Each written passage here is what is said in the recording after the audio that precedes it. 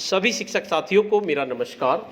साथियों, मेरे YouTube channel में आप सभी का एक बार फिर से स्वागत है। साथियों, जैसे ही आपके विद्यालय में बच्चे आने शुरू होंगे तो आपको ध्यानाकर्षण शिविर चलाना होगा। ध्यानाकर्षण शिविर चलाने से पहले आपको आरंभिक परीक्षण प्रपत्र बनाने होंगे और बच्चों को देखना होगा कि उन्होंने कौन कौन सी दक्षताएं प्राप्त की हैं और कौन कौन सी दक्षताएं प्राप्त नहीं की हैं। तो साथियों, आज की इस वीडियो में हम कक्षा 4 गणित के आरंभिक परीक्षण प्रपत्र और परीक्षण प्रपत्र के ब्लूप्रिंट के बारे में जानेंगे।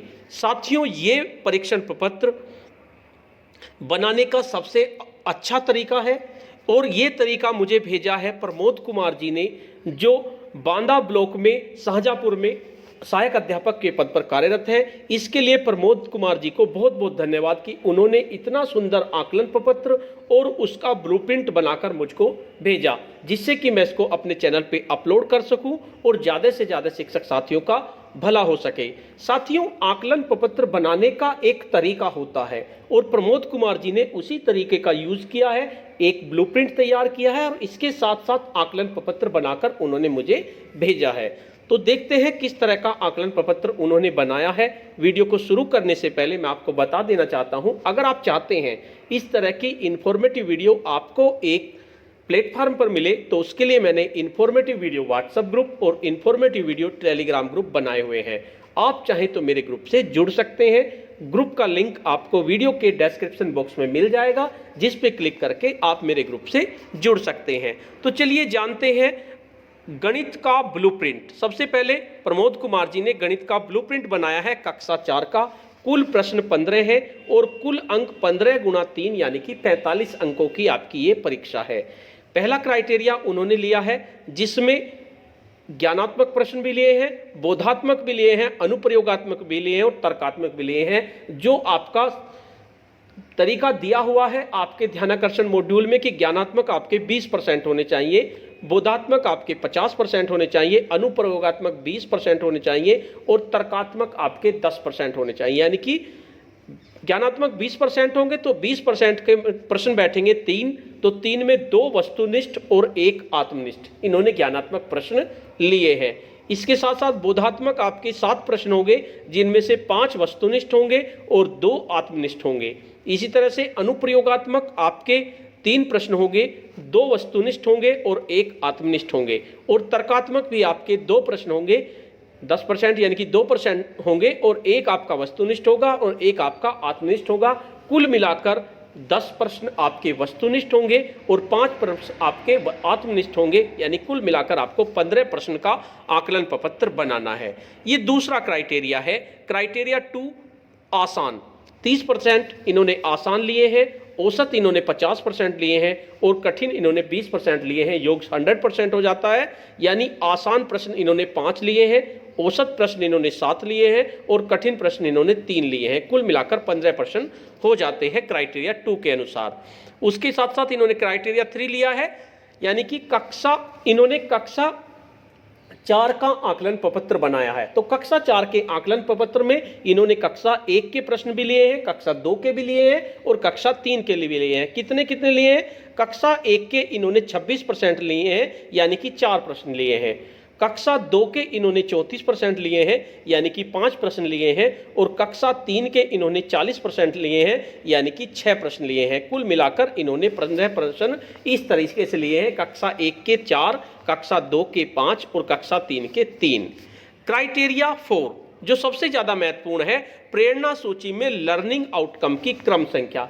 प्रेरणा सूची में लर्निंग आउटकम की क्रम संख्या यानी कि M104 पर आधारित इन्होंने एक प्रश्न लिया है, M105 पर आधारित एक प्रश्न लिया है और M107 पर आधारित एक प्रश्न लिया है कक्षा 1 में। उसके बाद कक्षा 2 में M208, M211, M212 और M213 ये आपने इनके आधार पर प्रश्न लिए हैं। और कक्षा 3 में M302, M304, M305, M306, M308 और M311 ये इन लर्निंग आउटकम के आधार पर प्रश्न लिए हैं। अब आपको एक काम और करना है अगर कोई आकलन प्रपत्र बनाता है तो इन लर्निंग आउटकम के आधार पर आप एक लिस्ट बना लीजिए, यानी इन लर्निंग आउटकम को लिख लीजिए। और इन लर्निंग आउटकम को लिखने के बाद आपको 3 कॉलम बनाने हैं, यानी लर्निंग आउटकम ये है, 3 कॉलम बनाने हैं। 3 कॉलम में प्रत्येक बच्चे का ऐसा बनाना है कि आपको एक प्रपत्र बनाना है, उसमें ये जो लर्निंग आउटकम है ये लिखने हैं और उसके आगे 3 कॉलम खींचने हैं। अगर बच्चे ने पूरा लर्निंग आउटकम उसे प्राप्त कर लिया है तो उसे 3 नंबर देंगे, अगर उसने आंशिक रूप से प्राप्त किया है तो उसे 2 नंबर देंगे, और प्राप्त नहीं किया है तो उसे 1 नंबर देंगे। तो इस तरह से हर बच्चे का आपका एक पेज बनेगा जिसमें 15 लर्निंग आउटकम आपको लिखने हैं। इसी आधार पर M105 के ये सब आपको लिखने हैं। उसके बाद बात करते हैं, प्रमोद जी ने देखिए कैसे कैसे प्रश्न इन्होंने रखे हैं। उन्हीं लर्निंग आउटकम के आधार पर आकलन प्रपत्र गणित कक्षा 4, कुल प्रश्न 15। पहला प्रश्न है, संख्या 859 में 5 का अंक किस स्थान पर है? सैकड़ा, दहाई, इकाई, इसमें सही विकल्प पे निशान लगाना है। प्रश्न नंबर 2, आपको एक वृत्त दिया हुआ है, वृत्त के रंगीन भाग को भिन्न में क्या कहेंगे? 1/2वां भाग, 1/4वां भाग या 2/3वां भाग, इसमें आपको टिक करना है। उसके बाद प्रश्न नंबर 3, 9, 12, 15 में सम संख्या बताएं, यानी कि सम संख्या और ऐसा के बारे में अगर बच्चे जानते हैं तो इसको वे कर लेंगे। 9, 12, 15। नेक्स्ट प्रश्न है प्रश्न नंबर 4, भिन्न 5/7 में हर क्या है? 5, 7 या कोई भी नहीं। प्रश्न नंबर 5, 8 गुना 7 बराबर क्या? यानी बच्चे अगर गुणना करना चाहते, इन्होंने जो लर्निंग आउटकम लिए हैं उसी के आधार पर इन्होंने प्रश्न लिए हैं। कै 15, ख 64, गै 56। प्रश्न नंबर 6, शंकु का चित्र कौन सा है? तो इसमें चित्र दिए हुए हैं, इसमें चित्र आपको छांट के लिखने हैं। प्रश्न नंबर 7, दूध नापने के लिए किसका प्रयोग करते हैं? लीटर, मीटर या ग्राम का। प्रश्न नंबर 8, 79 और बीच में ये दिया है बक्सा 81 बॉक्स में कौन सी संख्या आएगी? यानी इसके बीच में कौन सी संख्या आपकी आएगी? कै गया, ये कक्षा 1 का लर्निंग आउटकम है कि बीच की संख्या भरनी है। प्रश्न नंबर 9, 69, 79, 89 और फिर आगे खाली बॉक्स में आपको संख्या लिखनी है कि कौन सी संख्या आपकी आएगी। प्रश्न नंबर 10, 7 - 0 इक्वल टू क्या?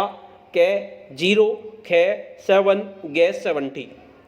नेक्स्ट प्रश्न है, हल करो, यानी कि 326 गुणा 5 और 5 से 125 को भाग करके दिखाना है बच्चों को।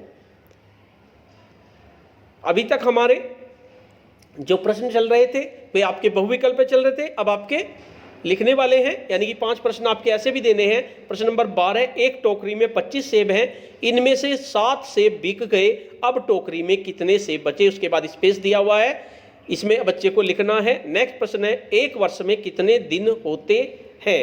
इसमें बच्चों को लिखना है। और नेक्स्ट प्रश्न है, 5 रुपये में कितने पैसे होंगे? प्रश्न नंबर 14। उसके बाद प्रश्न नंबर 15, आयत की परिमाप लिखे। आयत का एक आपको चित्र दे दिया है, इसमें आयत की परिमाप लिखनी है, यानी कि कक्षा 2, 3, 1 सभी के लर्निंग आउटकम के आधार पर ये आकलन प्रपत्र बनाया गया है। बिल्कुल स्टैंडर्ड आकलन प्रपत्र है, लर्निंग आउटकम का प्रयोग किया गया है, काफी सुंदर आकलन प्रपत्र इन्होंने बनाया है। इसके साथ साथ एक टेबल और बना दी जाए, अगर कोई शिक्षक साथी आकलन प्रपत्र बनाता है तो उसके साथ टेबल और बना दी जाए, उसमें 3 कॉलम खींच लिए जाएं। तो साथियों, इस तरह का आकलन प्रपत्र अगर आपने बनाया है तो मुझे जरूर भेजिए, जिससे कि मैं अपने शिक्षक साथियों को अवगत करा सकूं तथा सभी सब्जेक्ट और सभी क्लास के आकलन प्रपत्र चैनल पे अपलोड हो जाएं, जिससे कि ज़्यादा से ज़्यादा शिक्षक साथियों का फायदा हो सके। तो साथियों, आपको ये वीडियो कैसी लगी? अगर आपको ये वीडियो अच्छी लगी तो इस वीडियो को लाइक कीजिए, शेयर कीजिए और वीडियो पे कमेंट्स कीजिए। और अगर आप मेरे चैनल पे नए हैं, पहली बार मेरे चैनल को देख रहे हैं, तो चैनल को सब्सक्राइब कर लीजिए और बेल के आइकन को प्रेस कर दीजिए, जिससे कि आपको नेक्स्ट वीडियो का नोटिफिकेशन मिल सके। धन्यवाद।